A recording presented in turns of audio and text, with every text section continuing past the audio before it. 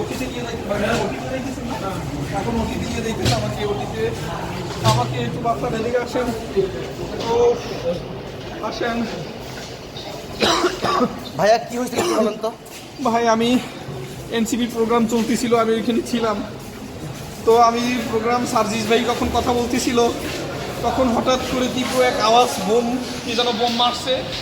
তো হঠাৎ করে দেখি যে আমার পা ধোঁয়ায় অন্ধকার হয়ে গেছে।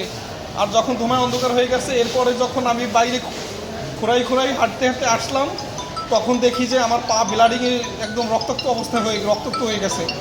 এরপরে যখন আমি এক ভাইকে বললাম, তখন আমি অজ্ঞান হয়ে পড়ছি, তখন তারা আমাকে ধরে নিয়ে আসছে।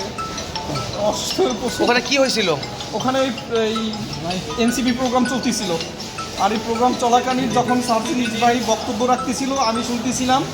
ইন দ্য মিন টাইম হঠাৎ করে বিকট আওয়াজ, কি যেন বোম মারছে। বোম মারার পরে ধোঁয়ায় সবাই অন্ধকার, সবাই চিৎকার চেঁচামেচি দৌড়াদৌড়ি শুরু করছে।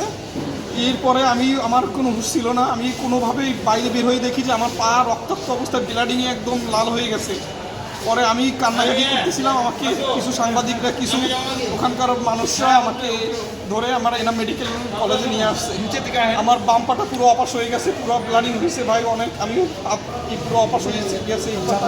আপনার নামটা? আমার নাম মোহাম্মদ শাহিন খন্দকার। আপনি কোনো পদ পোস্ট আছেন? আমি এনসিপিকে সমর্থন করি, বাংলাদেশ জামাত ইসলামের সক্রিয় কর্মী। আচ্ছা ভাই।